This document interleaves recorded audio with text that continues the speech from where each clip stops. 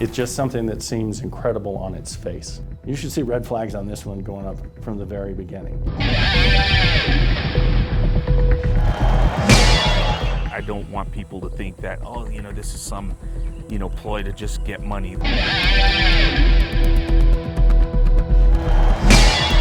Commissioner, I don't understand why you won't answer a simple question. It's a gift to taxpayers from the state legislature called Project 1891. Even though it will cost us $50,000, no one is exactly sure just what the project is. In fact, when it comes to Project 1891, public officials did not follow the rules. They broke them. The story begins at the Roundhouse, where lawmakers shell out money for community projects like roads, schools, bridges. It's called capital outlay. You probably know it better as pork. Each year, hundreds of millions of dollars are divvied up equally among all 112 lawmakers. And then, without hearings, debate, or public input, each member is allowed to dole out public money for projects in their district. Among the $800 million allocated for water systems, flood control, and parks, you'll find Project 1891.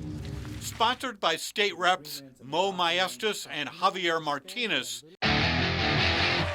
it's $50,000 for a Bernalillo County International Heavy Metal Music Mobile Museum.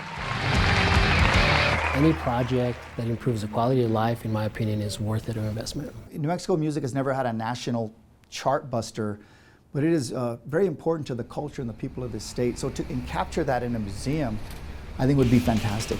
Even though lawmakers approved money for the Heavy Metal Music Museum, don't line up to buy tickets just yet. You see, no one bothered to scrutinize their proposal. It's a funded project that has no plans, no design, and no budget. How does that happen? Well, that's the $50,000 question. Former radio personality Mike Trujillo came up with the idea for a heavy metal music museum. Seeing that it's going to be an interactive museum, it's going to be, I think, a fun experience for youngsters to get to see some of part of the heavy metal history. There'll be some possible artifacts, tickets, drumsticks, t-shirts, whatever, so people can see and maybe want to contribute to as well. Now, Mike Trujillo does not have money of his own to build a museum, so he sought public funding. His first call was to Bernalillo County Commissioner Adrienne Barboa. I had known Commissioner Barboa, and I thought I would ask her about this in regards to this project, and she said that would be fine. He was wondering if I would agree that this was a valuable project and sort of put it on the county's list. Did he send you a proposal, written proposal for what he wanted to do? No, I never received a written proposal. Well, a phone conversation was good enough for the commissioner. 2 months later, legislators put their seal of approval on a mobile heavy metal music museum. Capital outlay money does come with strings attached. Appropriations must have a public benefit and a public purpose. State money can support nonprofit groups, but never for the benefit of a private person or business. If Commissioner Barboa had done her homework, she would have discovered Mike Trujillo's organization is not licensed, registered, incorporated, or a nonprofit. The commissioner did not ask to see any documentation relating to the museum, such as plans or a budget. Do you have one piece of paper that's showing how the $50,000 is going to be expended? No, I think that this is a startup project. I'm excited to support culture, New Mexican culture, New Mexico music. Based on a phone conversation, Commissioner? Yeah, based on a history of a local, person that has passion and drive. If anything I've ever learned is that passion and drive gets things done. Now, for the Music Museum to qualify for public funding, Mike Trujillo's organization must be nonprofit. But that's something Commissioner Barboa will not talk about. Commissioner, you're not answering my question. But I'm answering it the way I'm going to answer. All nonprofit funding requests require approval by the full county commission. That did not happen. In fact, because Mike Trujillo does not have a nonprofit, the project does not qualify for public funding. That did not stop county officials from sending its funding request to state lawmakers. Did Mr. Trujillo fill out an application for the capital outlay appropriation? To us, no, he did not. And that's my responsibility. Did the county evaluate Mr. Trujillo's project for viability?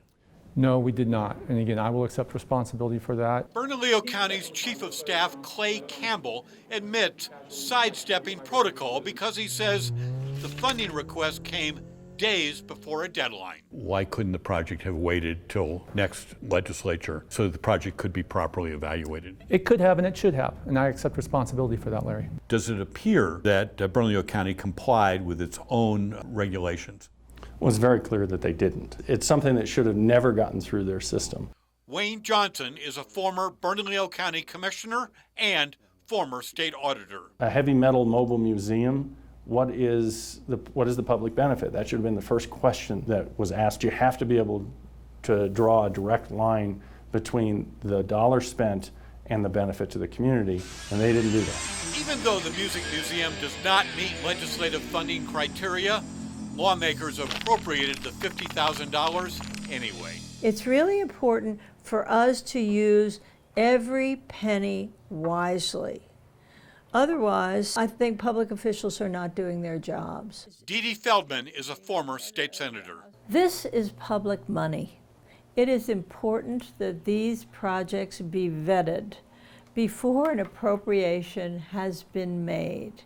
Otherwise, we are going to be wasting public money. And that is our job as elected officials. Lawmakers voted in March to fund the Music Museum project. However, it's not a done deal. New Mexico's finance department must first sign off on the project. Debbie Romero is cabinet secretary. We have rules, we have regulations, we have state law, and we have federal law that we have to follow with all of these appropriations. Now, in the case of the Heavy Metal Music Museum, if the individual requesting the appropriation does not have a nonprofit, is that a problem from your perspective? Absolutely. The Department of Finance is now reviewing the Music Museum project. Is there a guiding rule that you use when you expend public money? It's not your money. It's the public's money. And you're there to care for it and make sure it's spent effectively, efficiently, and make sure that it's not misspent. Larry Barker, KRQE, News 13.